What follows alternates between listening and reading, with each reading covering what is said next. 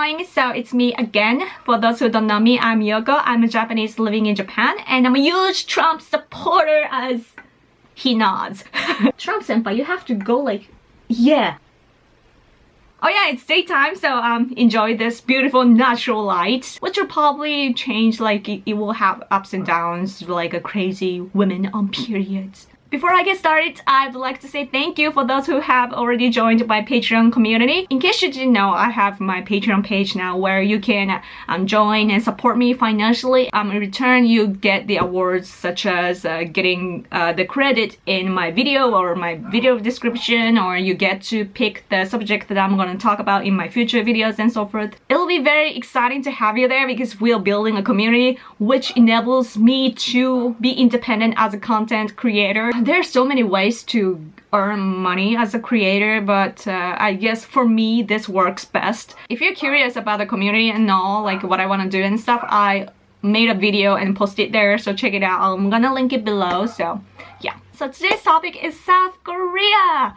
I'm pretty sure that you guys know of what's happening in South Korea, but I don't think that the media tells you what's going on there like exactly. So today I'm gonna try my best and tell you guys the top 10 things that you have to know about South Korea so that you can get the picture of what's going on. No matter where it is, when there's a political movement, we need to figure out what sort of political thoughts that people have, right? Like who is running these things, kind of thing. Like in America, there are protesters against Trump, but who's leading that? Oh, leftists. Oh, what kind of like leftists? Like what kind of organization? Oh, there's this person, that person, or this person is giving money to this organization, that sort of things. So we need to figure that out in South Korea as well. Number one, Park Geun-hye, or Park, we call her Park Geun-hye. I don't know the Korean, I'm Japanese, alright? I don't know the Korean pronunciation, unfortunately, but President Park is a conservative politician in South Korea who belongs to Saenuri Party, which is a conservative party. So she's a conservative who has been strict against North Korea. Number two, in South Korea, leftists are those who work for North Korea. Maybe China too, because Communist China is backing up North Korea financially, etc. Plus, China is already expecting a pro-China administration in South Korea after this one. So number three, Japanese people do this. Okay, so number three, South Korean conservatives think of North Korea as a threat, obviously. So in East Asia, North Korea and China are isolated while all the other nations are united. Number four, so the massive protest that's going on in South Korea right now was originally being planned by the union of over 50 groups, and the union includes the three extreme leftist groups in South Korea which are connected to North Korea and which are also regarded as the groups that are benefiting the enemies of South Korea by their national security law. So when they were planning a protest for this year, the scandal of the President Park's friend came up and they decided to use that as their theme. And leftists in South Korea changed their strategy to hold the protest as a soft one instead of the usual radical one. And as you guys know, their strategy works and it appealed to a lot of the citizens there. But the union gained the support of not only the citizens but also more leftist groups, I guess. Like they started with like over 50 groups, but in November the number of the groups that joined were actually 1,500. And they were actually protesting not against the scandal really, but they were accusing President Park's diplomacy against Japan and their economy policy and so forth, according to the source in Japan. Number five, so this is where you start to get kind of excited or angry or anxious or whatever. You guys take a wild guess now of what the leftist protesters in South Korea are trying to achieve by this massive protest. Take a guess, because I think you guys will be right. Yeah. What they are trying to achieve is a political revolution! Those leftists are not satisfied by accusing President Park only. What they want is to clean up everything. So here's a basic idea. So the leftists in South Korea think of Japan and the US as the bad guy who invaded South Korea. And so if for politicians or citizens cooperate with Japan or the US, they think of those people as traitors. And they claim that the South Korean society is filled with those traitors, right? So by showing such a society picture, they can justify a revolution as a cleanup. You know what I mean? So kind of in a Bernie Sanders way, maybe, but more like kind of radical, I guess. It's no wonder why President Park wanted to nationalize their history textbooks in South Korea. Number 6, and this is an embarrassing one for me because there are Japanese far-left radicals mingled in that protest in South Korea. I'm like, is that even legal? But it's this type of people called Chukakuha in Japanese, and I don't like to say their name because they're dangerous and I don't want to be their target. But basically, they are Japanese far-left revolutionary group that has been there for decades, since right after the war. And you're gonna love their actual name in English, which is Revolutionary Communist League National Committee. So you get the idea.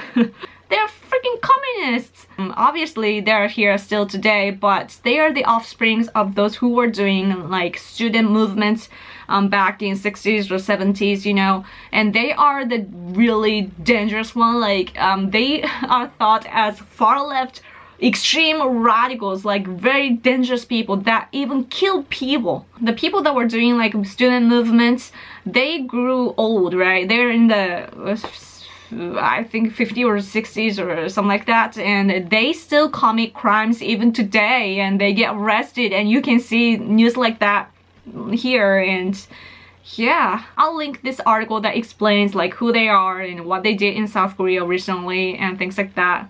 I'm gonna link it below, so check it out. You can hopefully read it in your language. You can see in articles like that. But in South Korea, just like recently, there were Japanese flags that say Zenroren, meaning National Confederation of Trade Unions, and Zengakuren, which is a communist or anarchist league of students in Japan, founded in 1948. So of course, these Japanese communists are supporting the anti-conservative, pro-North Korean protests in South Korea. Number 7, South Korean internet forums are filled with North Korean cyber warriors.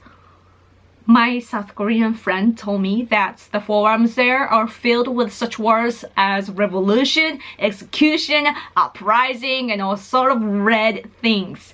And that is affecting the, you know, young people's mind and thoughts. There are spies and propaganda everywhere, and we need to realize that we are fighting this information war. Or info wars.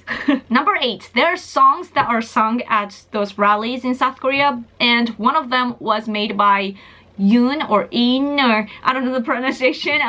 Korean people have to teach me how to pronounce, but Yin, min-seok. So one of the songs was made by this person min-seok, who joined the underground organization that was made by North Korea spies in 1992, and the person has made a song that praises Kim Il-sung, and that's why the person was arrested for that. So the composer min-seok is a pro-North Korean activist who has been arrested for 4 times already by the national security law in South Korea. And if my Google research ability is not that bad, it's the person who wrote the song Fucking USA in 2002 to agitate the anti-US emotions, but I could be wrong. Like I don't know if that's the same person, but if you understand Korean language, please let me know.